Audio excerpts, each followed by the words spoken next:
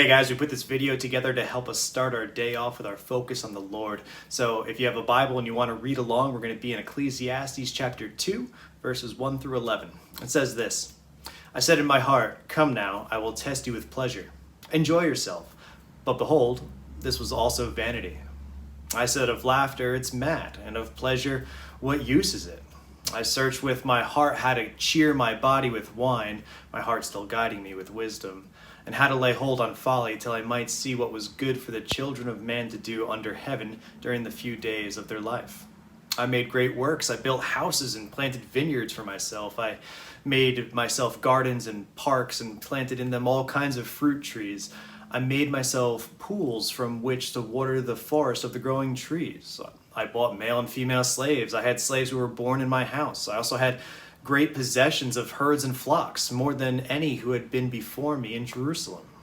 I also gathered for myself silver and gold and the treasure of kings and provinces. I got singers, both men and women, and many concubines, the delight of the sons of man.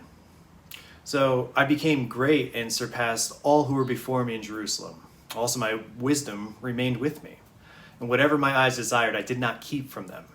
I kept my heart from no pleasure, for my heart found pleasure in all my toil, for this was my reward for all my toil. Then I considered all that my hands had done and the toil I had expended in doing it, and behold, it was all vanity, and a striving after wind, and there was nothing to be gained under the sun. So there's a lot there, but there's one central theme in this passage. These are all ways that we seek pleasure. Comedy, wine, work, nature, leisure, possession, sex, music, wealth. These are all things that we find pleasurable, some more than others, but there's definitely something in that list for each of us.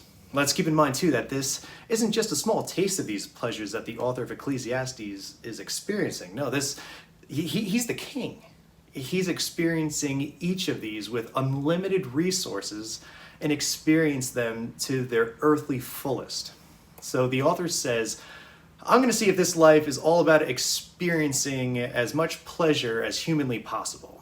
Is that what really matters at the end of the day? Is that the goal, to maximize pleasure? And by the sounds of it, he tried this experiment for quite some time. You don't build parks and vineyards and gardens and houses in a couple weeks or months. We're talking about years and years of seeking pleasure. And at the end of it, he says, it's vanity. It's here and it's gone like a mist, and then it's forgotten. Even if Lin-Manuel Miranda writes a musical about your experience, well, it'll probably be awesome. But in the view of eternity, it's here for a moment and then it's gone and forgotten. This is really an upper to start the day.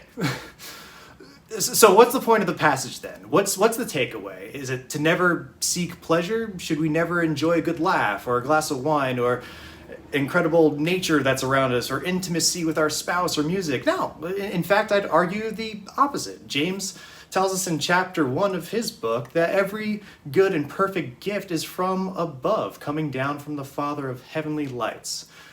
Those things that we listed are good gifts, and they're there for our pleasure and to bring God glory. So what's the takeaway then? Well, I think that while pleasure and the things that bring pleasure are great gifts, it's not the main thing that we should be striving for. If we give our lives to gaining pleasure, either in the present or for the future, like in our retirement, it's going to be vanity. To get to the main point of this passage, I think that we need to visit the last couple verses of this book. And it says this: the end of the matter, all has been heard. Fear God and keep his commandments, for this is the whole duty of man. For God will bring every deed into judgment with every secret thing, whether good or evil. So what's the main purpose we have then? What's the thing that really is going to bring the most pleasure in our lives? Well, it's bringing God glory through revering him and keeping his commandments. And how great it is that his commandments aren't burdensome. He says his burden is light. His commandments are life. They're joy. They're peace.